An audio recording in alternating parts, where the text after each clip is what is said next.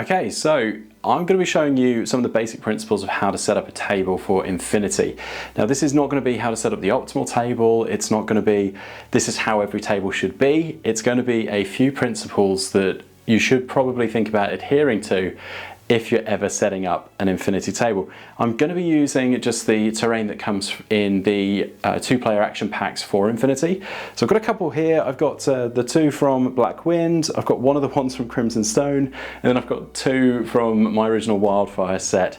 You could probably do with more, and if you want to be going out there buying MDF terrain, you absolutely can, but I just want to show you the principles, and then what you do with those principles and how you decide to implement that in your local group is entirely down to you.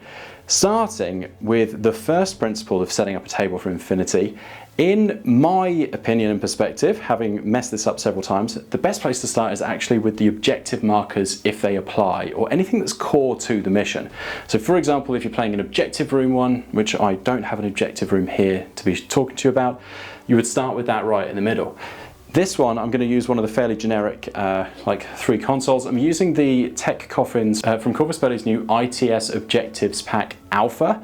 These are Siocast. It comes with every single type of objective that you could possibly want, so highly recommend this if you and your gaming group are going to be getting into setting up tables for yourself, and if you're going to be doing this on a frequent basis and you really want the proper objective markers for the missions instead of just using generic ones or the same ones for each. So starting with that, I can't remember which mission I pulled that from, but there's one mission where there's 3 in the middle, and I thought that would be fairly good because a lot of them are fairly generic and this one should work. The next thing, once you've got your objectives down, is I prefer to put a couple of big pieces of line of sight blocking terrain roughly in this middle third. Now the reason why I choose the middle third is because some deployment zones are larger and smaller, and you want to try and avoid, in my opinion, having any major tall buildings here that then don't have anything blocking them in front. Another thing that I think is pretty good to do is to lay out the table and the buildings at a 45-degree angle. This seems to be quite popular just universally, and it's not something that I've invented, it's something that I've picked up along the way. But it seems to work quite well, and I think from when I've looked at tables once they've been built, is that it just reduces the chance of the fire lanes going straight from deployment zone to deployment zone. Now you will have fire lanes, that's going to be pretty unavoidable and is actually part of the fun of all of this, but at least when you're doing everything kind of 45 degrees running across the table, you have less work to try and stop deployment zone to deployment zone engagements, and you can cut off some of those. So you can see what I've done here is I've laid 2 of my tallest buildings right here in the middle. I've also tried in this to a degree to make it so that one objective is kind of like facing this side, one objective is facing this one, and then this one's fairly even. Now that again creates a little bit of fairness in the table setup, but I'm going to talk a bit later as to why that's not always important or a good thing. So this is just how I'm doing it for the demonstration, but you may decide that that is no good. These are my slightly older sets. These are the 3mm cardboard. They've seemed to move down to like 1.5, it looks like, for some of the newer sets, but all very durable.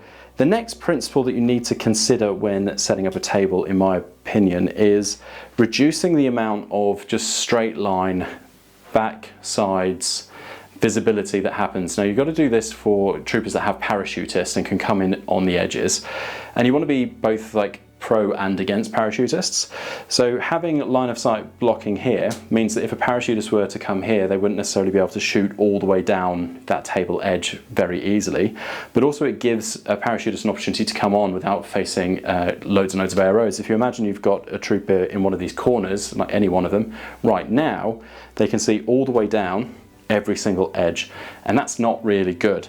So what I would advise is having some buildings kind of on or near these edges, just to reduce that ability to be able to see all the way through and down.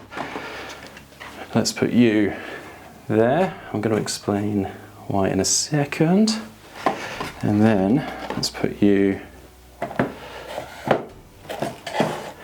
Now, another thing that I try and consider when, oh, that's a bit tricky.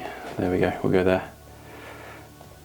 when doing buildings, especially ones with stairs, is that you don't necessarily want to be favouring or disadvantaging too many people. You want this to be even. So don't face all of the stairs towards the advancing party. Don't face all of the stairs away. Have a nice mixture.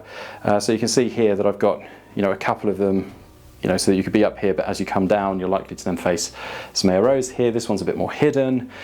Same, this one is open, but then the one on the other side is hidden. So that's kind of my thinking. So then I've got another one here. I'm actually going to put this little building here. And then maybe this bigger one there. Maybe there. Okay, so just off that, it's still very open, but we've got an opportunity to take out some of these major lanes and block off some areas so that it's easier for people to advance without it necessarily being impossible for then anything to ARO and defend. So I then go to kind of like the next biggest terrain pieces. Now I've got the corners here are fairly patchy. The middle I'd say is like fairly good, but not good as in like this is the best table ever, but like there's enough here to be blocking stuff. The thing to remember as well when you're setting up a table is you're looking down at it, so you're going to be able to see things, you're going to look at open spaces and go, that's way too big, that's way too small. The trick is to actually get down to the level of the units that are going to be playing, because it's what they can see that matters, because that's going to be the AROs and the shooting. So as you do get down to a few things, you can start to look and just go, okay, actually there's only 2 areas where I can see into the deployment zone from this building, which is good. There's not a lot from these 2 established buildings where I can see and dominate the field. So the trick will now be to offer some additional deployment area obstacles. I'm just going to dump these roughly inside the deployment area. Now this one's not got any, but that's fine because we've got a plan for that.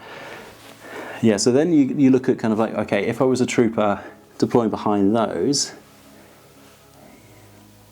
yeah, so that one blocks off a good amount. There's openings here.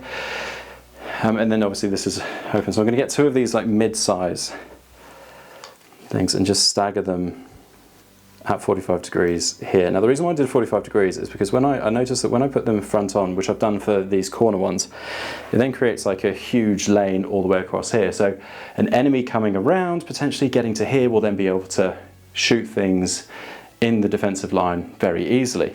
Whereas as soon as I turn it to there, I don't lose the ability for, there we go, actually 45, and even offset them. I don't lose the ability for things to hide behind here and stop that deployment zone thing, but what I do stop is the ability for something to come here and very easily then see into, or see across without any kind of hindrance. So that is probably okay.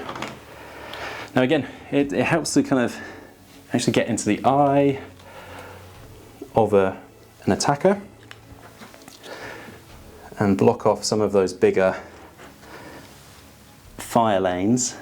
Oh, yeah, see, that's actually pretty blocked off. There. And even, oh, we do want some, there we go. Some way for people to hide. Okay, now we've got some smaller terrain items. These are pretty cool because they offer cover, which is excellent. They're low enough for something to go prone to be totally hidden, but it's easier for something to vault over it, so you're not stopping something from accessing kind of like the main objectives and things like that. So I'm leaving this main objective fairly open, just because I think it's going to be fun. But then you can put those sorts of things on the corners to give something the opportunity to crawl into a better position, or, I'll say on this side, things are pretty open, so I might just bolster some of my smaller pieces of terrain, and then you could even create, like a gate for things to hide prone behind. Might even do a random one there too. Now that is a table setup. Is it perfect? By no means. I would definitely love to put a couple more buildings down here, but I would also play on this table without any complaints. Now the reason for that is because, to me, terrain is incredibly important in Infinity, but it's that variety of terrain that makes the game so fun. So you look at this and you go, okay, this is actually fairly open. It doesn't have all the things that I usually would love. Like, I'd love a tower up here for my 5-man link team, or I'd love something bigger for my tag to hide behind. But you as a commander and as a player have to play to that and play around it. You have to adapt and overcome. You can't have everything your own way, and you can't have the perfect table for your list all the time and the mission. And in fact, if you did, that would be unfair then on your opponent. So this is good in the sense that it is not good. It's not perfect. Anyone who says that there's like a perfect table and you should lay it out like this is actually probably just playing to like that conformity, so that their lists they kind of know that's one less thing for them to worry about when they're going into a fight. This is great because anything that's got speed, there's lots of open space here. Anything big, there's no areas where they can't go. But I'd also then look forward to a table that was more dense and had areas where a tag couldn't go. And you play to that, like it's all part of the beauty of it. So the key principles that you kind of need to think of that I've kind of mentioned here is, in this middle third, I would favour having my taller line of sight blocking items, so that if you've got a unit that's sitting here, it can't just have free reign over the entire table. You know, a hidden sniper is going to be very unfun if there happens to be like a big sniper tower here and it can just see the entire table and shoot with impunity. So bigger stuff here in the middle. The other thing you need to remember is that an uneven table is good.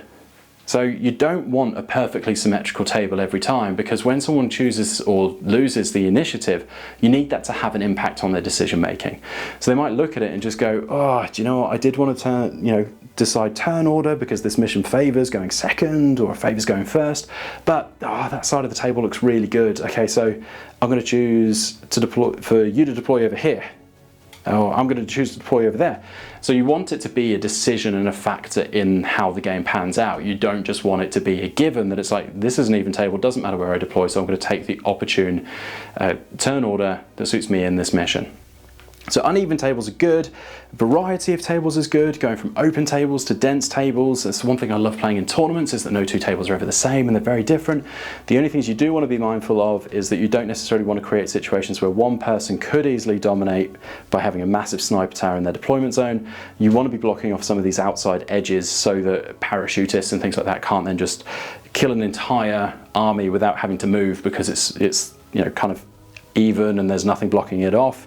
And you want to factor in the objectives before you lay anything down, because you want to make sure that there's space for them to go in the required places for the mission without buildings meaning that they've actually got to go in different areas. And you obviously can't place these at all in buildings, and you should try and avoid placing them on top of buildings if you can. So just start with them and then build the rest of the table around. Have you been starting to develop tables? Are you starting to lay them out yourself? What have you found works on a table? What do you like? Go into the subjective side of things in the comments below. What do you love on a table? What do you hate on a table? I am keen to hear your thoughts on that. Are there any of these principles that you disagree with? Do you want to add a couple more for new players to consider? I'd love for you to be able to let me know your thoughts on table making process. So please jump in the comments and let me know. Thank you so much for watching this. I do appreciate it, and I'll be back soon with another video.